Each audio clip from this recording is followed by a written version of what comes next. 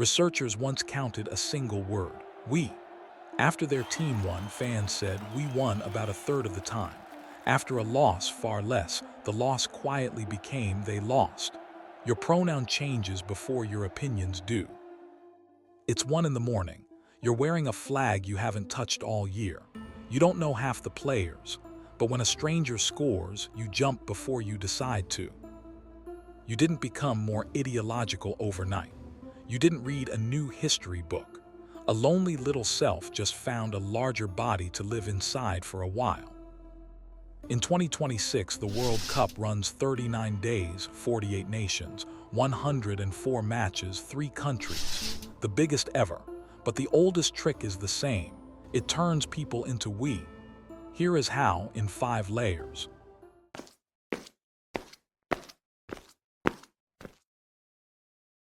The harmless explanation is that it's just football. A beautiful game, a month of goals, a legal excuse to shout at a screen. That's not wrong. It's just too small. A club belongs to a city, a history, a family habit. A national team is stranger. Most citizens will never meet. They share no daily life. But for 1 month, they're asked to share a nervous system. That's the offer hiding under the spectacle. You can borrow a larger self. Wear it on your face. Say we without having to explain who exactly we is. Most belonging is invisible: memory, language, old meals, private grief. The World Cup makes belonging visible. A color, a song, a scarf, a table of people looking the same direction. Modern life makes identity private and customizable. The World Cup makes identity public and pre-installed. You don't have to build yourself from scratch tonight. And the feeling can be sincere and temporary at once. You may not think about your country on Wednesday, then feel wounded by a corner kick on Thursday. That doesn't make it fake. The question is why the brain accepts the flag so fast. In 1970, the psychologist Henry Tajfel ran experiments famous because almost nothing happened. Boys were split into groups on tiny, made-up differences. Sometimes just a preference for one abstract painter over another. Klee group, Kandinsky group, no shared past, no conflict, no reason to care. And still, they began to favor their own. Given the choice, many handed their group more, even picking options where everyone could have one more, just to come out ahead. That's the uncomfortable magic of the minimal group. The mind doesn't need a deep reason to form an us. It needs a boundary, a name, and a reason to compare. Now swap the painter for a flag. Add childhood songs, school maps, passports, accents, food, old victories, old defeats. The label is no longer minimal. It's crowded with memory. Social identity theory gave this a name. Part of the self is personal. Part of it is borrowed from groups. When the group rises, a piece of you rises. When it's threatened, the self defends, which is why a bad tackle can feel moral. In 1976, Robert Cialdini and colleagues watched college football fans for that one small word. After a win, we beat them. We looked good. The team did the work. The fans' identity collected the dividend. The same studies caught another signal. After a win, students were more likely to wear team colors. The body became a billboard for borrowed success. Cialdini called it basking in reflected glory. You stand near a winning group and some of the light lands on your face. The victory says something about them, then quietly about you. In 1991, Branscombe and Wan found that team identification is linked with belonging and self-worth, and can buffer the feeling of being alienated and alone. That matters now. Many live far from family, work through screens, build identity through feeds. A team offers something less elegant and more primitive, a side. You don't need a perfect profile to join. You wear the color and the room understands the role. That's why a win feels weirdly cleansing. Some of your self-esteem is stored in the groups that carry you. But patriotism doesn't arrive only through ideas. It arrives through rhythm. People chanting at once, standing at once, holding breath at once. The body learns belonging before the argument starts. In 2009, Wiltermuth and Heath found that simply acting in synchrony, marching, singing, moving together made people cooperate more afterward.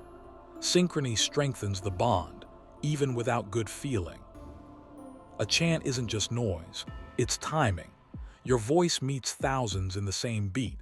For a moment, the private body becomes a public instrument. Even outside the stadium, the mechanism survives bars, living rooms, group chats, public squares. Everyone watching the same small object. In an algorithmic age, shared attention is rare enough to feel sacred.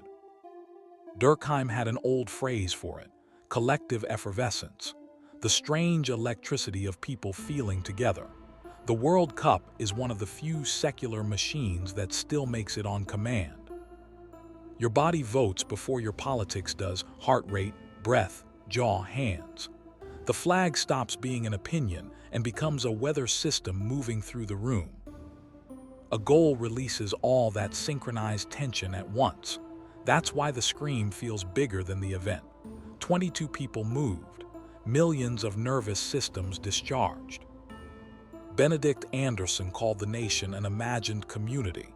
Not imaginary, imagined. Most members will never meet, yet each carries an image of communion in the mind. The World Cup gives that imagined community a body, a schedule, a kit, a goalkeeper, a crowd shot, an anthem, a table of points. The abstract thing starts moving. And it's a relief, because identity is normally exhausting. Who am I? Where do I belong? What matters? During a match, the answer is brutally simple: this side. The 2026 format makes the machine bigger. More teams, more matches, more underdogs, more flags on screen, more chances to discover that a country you rarely think about can move you. There's a warm side. A person who feels isolated can feel carried. A diaspora family can feel seen. A child can learn that home is not only a house. And a sharp side. The same boundary that makes us makes them. A flag can gather joy and grief and pride, and if the room allows it, contempt. That's the line between patriotism and nationalism. One says, "This is ours and it moves me." The other says, "This is ours, therefore it is worth more than yours." The World Cup doesn't invent that fire. It concentrates it. The same emotion can warm a room or burn a bridge. We have never been neutral about the word us. Then the whistle goes, the table empties, the jersey goes in the laundry, the flag returns to being fabric. Your private life walks back in and asks for its name. If your team loses, the ache can feel embarrassing. Why should strangers' mistakes ruin your night? But the answer is already there. For 90 minutes, they weren't strangers. If your team wins, the joy can be borrowed and still honest. You didn't score, but you belong to the side that did. The self is porous like that. Maybe that's why it arrives so fast now. Modern life asks you to be an individual all the time. Choose your taste, optimize your profile, manage your loneliness. The World Cup offers the opposite, not a better self, a shared one. For 1 month, you can stop being a project and become a pronoun. So the patriotism appears overnight, not because it was manufactured from nothing, but because it was already waiting in the need to belong, needing only color, rhythm, and risk to wake it. The flag was never really about the country on the cloth. It was about having somewhere to put the feeling. Tomorrow the flag may be quiet again. You may return to your smaller name, your private worries, your ordinary room. But for one night, the borrowed self felt less alone. And that, not the score, is what you'll actually remember. Claymind may have overthought this one, but if it made you think, please like, share, comment, and subscribe.